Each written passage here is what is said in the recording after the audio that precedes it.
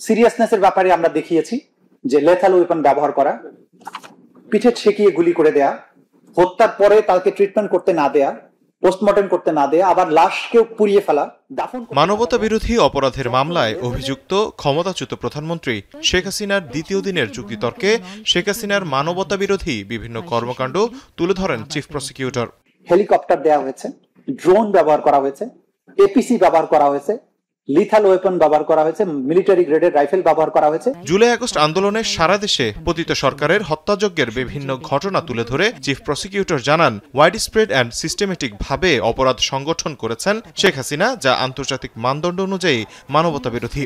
মানবতা বিরোধী অপরাধ হওয়ার জন্য যে শর্তটা দরকার, যে ওয়াইড স্প্রেড এবং সিস্টেম্যাটিক অ্যাটাক হতে হবে কোনো সিভিলিয়ান পপুলেশনের ব্যাপারে, অ্যাগেনস্টে। তো বাংলাদেশে জুলাই আগস্টে সংঘটিত যে হত্যাকাণ্ড, মানবতা বিরোধী অপরাধ, সেটা ওয়াইড স্প্রেড ছিল, সারা বাংলাদেশ জুড়ে এই আক্রমণটা করা হয়েছিল। তৎকালীন ফ্যাসিস্ট সরকার জুলাই আন্দোলনের সময় দেশের ৬১টি জেলায় যে হত্যাকাণ্ড ও ম্যাসাকার চালিয়েছে তার পক্ষে ট্রাইব্যুনালে বিভিন্ন প্রমাণ উপস্থাপন করে প্রসিকিউশন। পেছনে রাস্তার উপর রয়ে যায় রক্তের লম্বা রেখা। এ সময় চিফ প্রসিকিউটর বলেন, নিজের ক্ষমতাকে স্থায়ী ও একদলীয় শাসন কায়েম করতে শেখ হাসিনা সর্বপ্রথম পিলখানা হত্যাকাণ্ড ঘটায় এবং পরবর্তীতে বিচার ব্যবস্থাকে কুক্ষিগত করে। বলেন, গণজাগরণ মঞ্চ তৈরি করে বিচার বিভাগের নিয়ন্ত্রণে নিয়েছিল হাসিনা সরকার। সহায়তাকারী বিচারকদের করা হয় পুরস্কৃত। জনগণকে বোকা বানানোর জন্য বিচারের নাটক করা হয়েছিল। স্কাইপ কেলেঙ্কারির সংবাদ আমার দেশ পত্রিকা এবং দি ইকোনমিস্টে প্রকাশিত হওয়ার প্রেক্ষিতে নিজামুল হক ট্রাইব্যুনাল থেকে পদত্যাগ করতে বাধ্য হন। আশ্চর্যের বিষয়, শাস্তির মুখোমুখি হওয়ার পরিবর্তে তাকে পুরস্কৃত করা হয়।